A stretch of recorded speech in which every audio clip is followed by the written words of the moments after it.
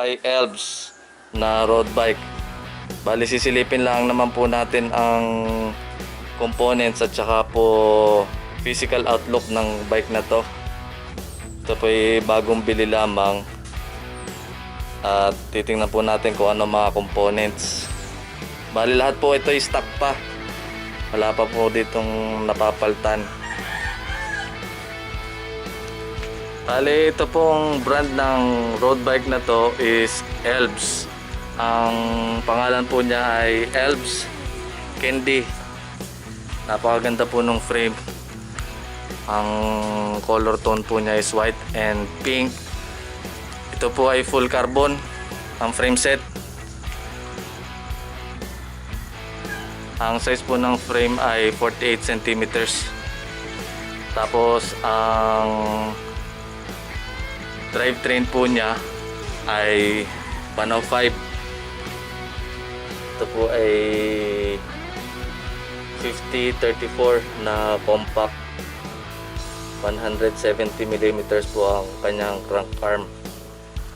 Tapos ang kanya pong RD ay 105 din. Ito po ay 11 speed. Bali ang cogs po nito ay 11/28 teeth na 11 speed. Ang gulong po niya ay Innova na 700 by 25C. Ito pong brake caliper na kasama dito ay stock pa din. Ito po ay generic, pero i-upgrade pa rin po ito sa 105 para full ano na siya, full 105 components na siya. Ang kanya pong rim ay ECC. Ito po yung stock rim niya na meron din po siyang hubs na ECC din po. Ito po ay 6 poles. Medyo tunog mayaman din po siya.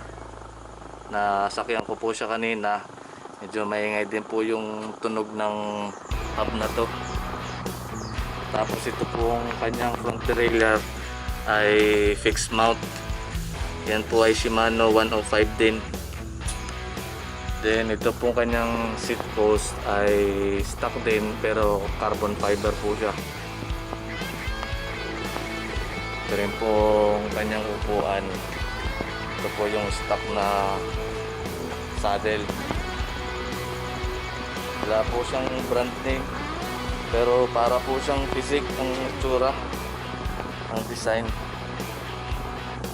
Tapos ang kanya pong cockpit, bali parang generic pa din po na aluminum kasama po ng stem. Tapos ito po yung mga bagong labas na 105 na shifter na 11 speed. Napakagaan po nito. Natimbang ko na po siya kanina. Ang kanya pong weight ay nasa 8.1 kilograms. Napakagaan po para sa isang stock bike. Kung kayo po ay bibili nito, medyo sulit na talaga kasi hindi na po kayo masyado mag-upgrade. Kung sa ano, ang i-upgrade nyo lang po dito ay cockpit para mas mapagaan nyo pa. Ito po yung ano niya, SPD clutch pedal, pero hindi po ito kasama din sa unit ng bike. Ito po ay kinabit na lang na may-ari. Ang SRP po nito ay nasa 51,000. Kung kayo po ay bibili, ito po yung price niya dun sa full setup nito. Napakaganda po. Siya po ay glossy. Ito po yung Elbs na road bike. Kaya po doon sa mga maghahanap nito, pwede po kayong mag-comment sa aking comment box para ma-inform ko po kayo at masabi kung saan po pwede itong i-avail.